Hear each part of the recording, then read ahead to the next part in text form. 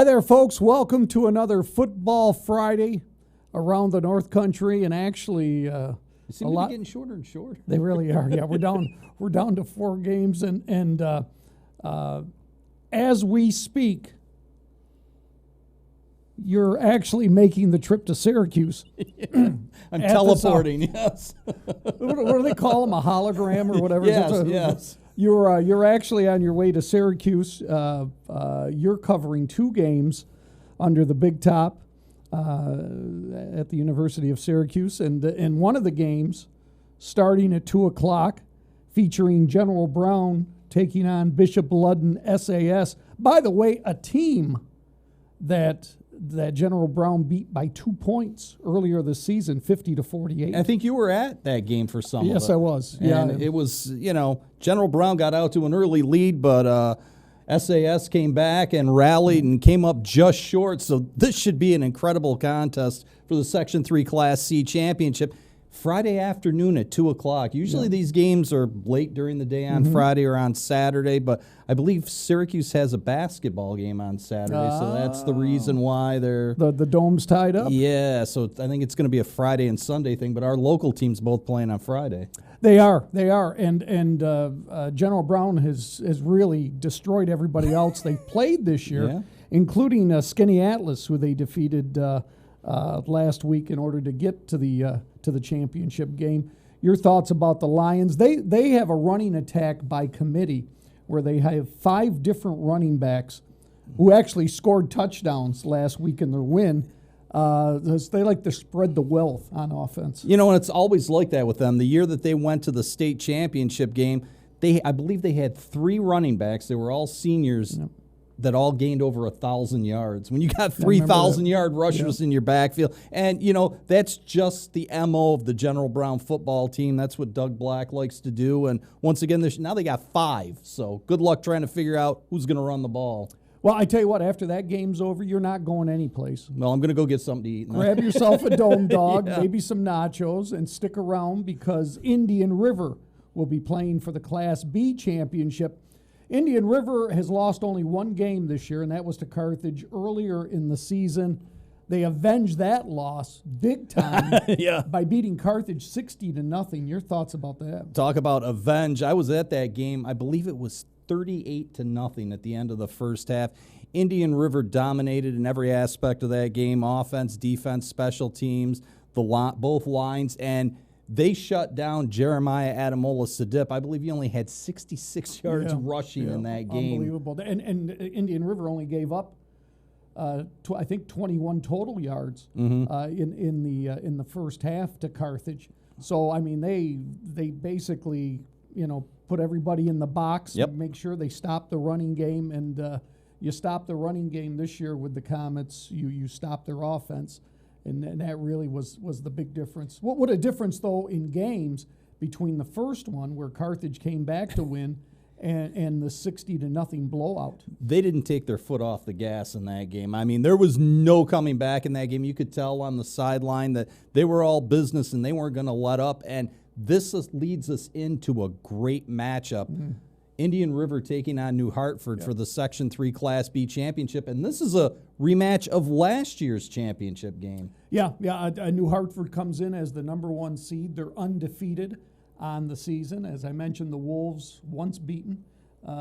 It'll be an interesting matchup, and I kind of envy you a little bit because you're gonna watch a couple of great games at the Dome, and of course you'll have all the highlights later on Friday night. I think at 11, right? Yeah, as part of your sports wrap. Yeah, and that's going to be a great game. We talked about it earlier when New Hartford played Carthage.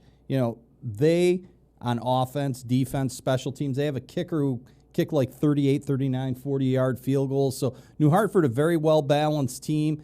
Indian River, last year they beat them on a 2-point conversion to win the Section 3 Class B championship. So New Hartford... they've been thinking about that all year, so it should be a great contest. Yeah, and it's a great rematch. So that'll be a great game under the big top. Let's head north, and news out of Section 10. Potsdam had such a great season, undefeated. They had beat OFA earlier in the year, 12-6.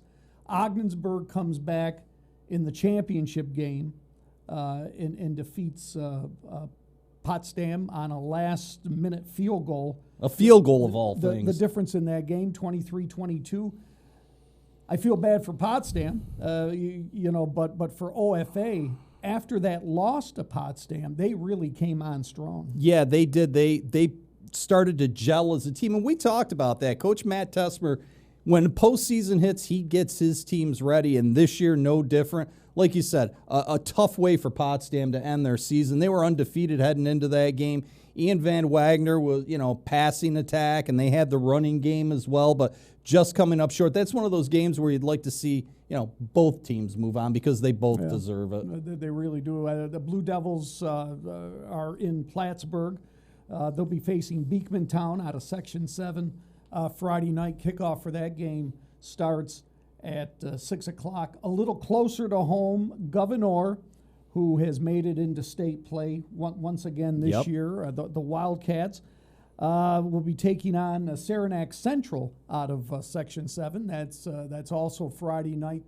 That game is in Potsdam. Your thoughts about that contest? And that's going to be an interesting game because OFA going into the States has already played, they played on Saturday. Governor's had a week off. They had last Saturday off after beating St. Lawrence Central to reach the States. So hopefully, Sean Devlin has his team prepared for this one. And, it's kind of tough when you're playing so well and then you stop playing for a week and have to ramp things up. But, they know what's on the line. It's state playoff action. You lose, you go home, your season's over with. He'll have their team prepared and ready to play against Saranac Central. Yeah, I mean, there's two ways to think about it. One is, you like to stay in the motion of playing a game every week, but this time of year, injury bugs, stuff like that, it gives you a week to heal before that big state game. So that should be an interesting contest. And what's so interesting about Governor is they are a young team. I think they only have like 2 seniors on their team.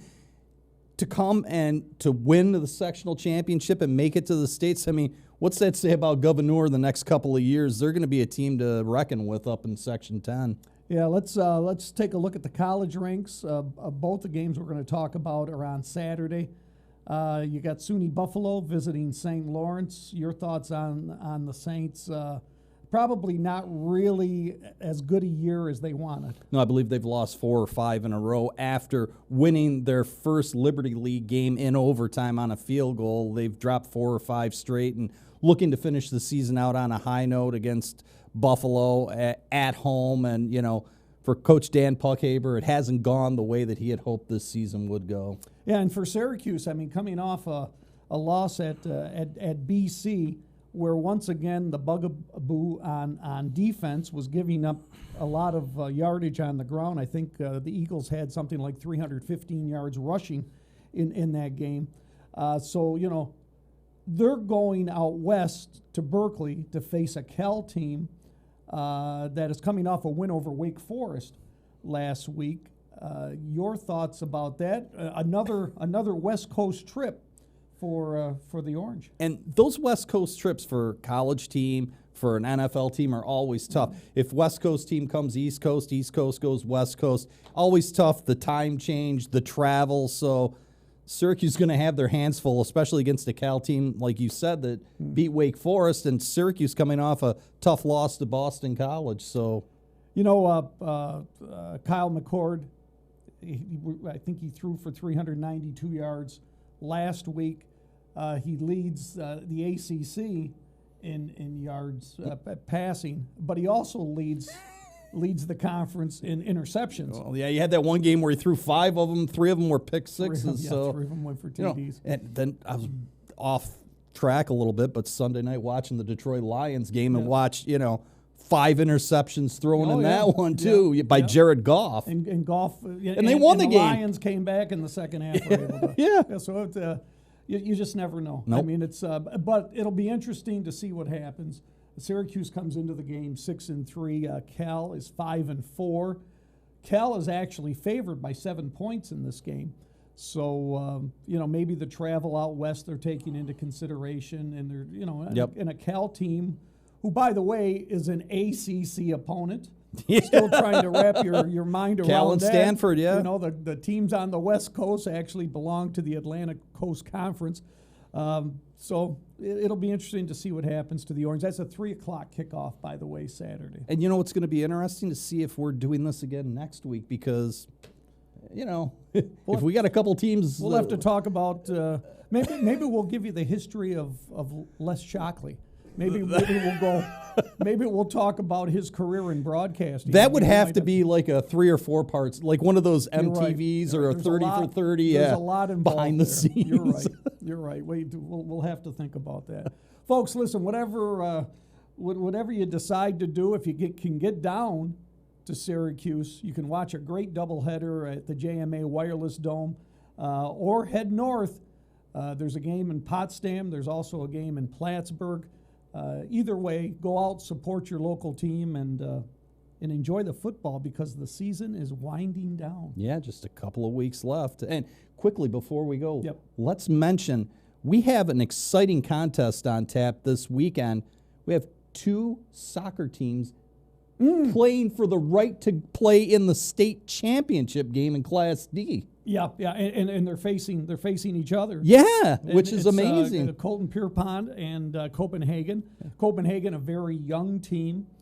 Colton Pierpont, maybe a little more of a veteran squad, but you're right. I mean, that's 2 teams meeting each other, and I think the game's in Homer. Yes, Homer High School coming yeah. up, so it'll be excitement. Either way, a North Country team will be represented in the final. Yeah, in the state championship game. So good luck to both those teams. You know, Yep. if you got a chance Saturday, take a drive down 81.